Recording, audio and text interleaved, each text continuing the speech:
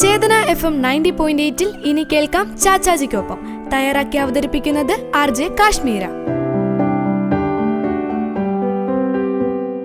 കുഞ്ഞുങ്ങളും പുഷ്പങ്ങളും മൃദുലവും നിർമ്മലവുമാണ്. അവയെ മൃദുവായി തന്നെ വേണം കൈകാര്യം ചെയ്യാൻ. ഹായ് കൂട്ടുകാരെ, കൂടെയുള്ളത് ഞാൻ RJ കാശ്മീര. എല്ലാ കൂട്ടുകാർ ശിശുദിന ആശംസകൾ. കൂട്ടുകാരെ, നിങ്ങൾക്കറിയാമോ എന്തുകൊണ്ടാണ് നവംബർ 14 ശിശുദിനമായി ആചരിക്കുന്നേ എന്ന്?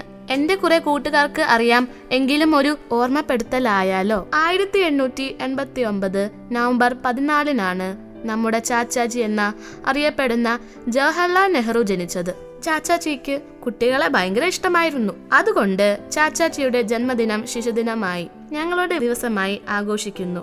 ചാച്ചാജിയെ കുറിച്ച് പറയാനാണെങ്കിൽ ഒത്തിരി വിശേഷങ്ങളുണ്ട്. ഇന്ത്യയുടെ പ്രഥമ പ്രധാനമന്ത്രിയായിരുന്നു. 1947 നമ്മുടെ രാജ്യത്തിന് സ്വാതന്ത്ര്യം കിട്ടിയപ്പോൾ മുതൽ 1964 വരെ നെഹ്റു മുത്തച്ഛനായിരുന്നു പ്രധാനമന്ത്രി. നമ്മുടെ രാജ്യത്തിന് ധാരാളം ഡെവലപ്മെന്റ്സ് കൊണ്ടുവരാനും സാമൂഹിക, സാമ്പത്തിക, രാഷ്ട്രീയ രംഗത്ത് നവീകരണ പദ്ധതികൾ കൊണ്ടുവരാനും ചാച്ചാജിക്ക് കഴിഞ്ഞു. അതുകൊണ്ട് ചാച്ചാജി അറിയപ്പെടുന്നത് ആധുനിക ഇന്ത്യയുടെ ശില്പി എന്നാണ്.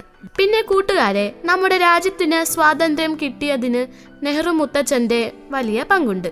ഇന്ത്യയിൽ സ്വാതന്ത്ര്യ സമര നേതാവ്, രാഷ്ട്രീയ തത്വചിന്തകൻ, ഗ്രന്ഥകർത്താവ്, ചരിത്രകാരൻ എന്നീ നിലകളിലെല്ലാം ചാച്ചാജി വ്യക്തിമുദ്ര പതിപ്പിച്ചിട്ടുണ്ട്. നമ്മൾ ചേരിചേരാ നയം ഒക്കെ പഠിച്ചിട്ടില്ലേ? അതിനൊക്കെ നേതൃത്വം കൊടുത്തത് ചാച്ചാജിയാണ്. പിന്നെ പഞ്ചവത്സര പദ്ധതികളും കൊണ്ടുവന്നത് നെഹ്റു മുത്തച്ഛനാ കൂട്ടുകാരെ. ചാച്ചാജിയുടെ ഇന്ത്യയെ കണ്ടെത്തൽ, ലോക ചരിത്രാവലോകനം എന്നീ പുസ്തകങ്ങൾ കൂട്ടുകാർ വായിച്ചിട്ടുണ്ടോ? കുറെ നല്ല പുസ്തകങ്ങൾ നമ്മുടെ നെഹ്റു മുത്തച്ഛന് എഴുതിയിട്ടുണ്ട്.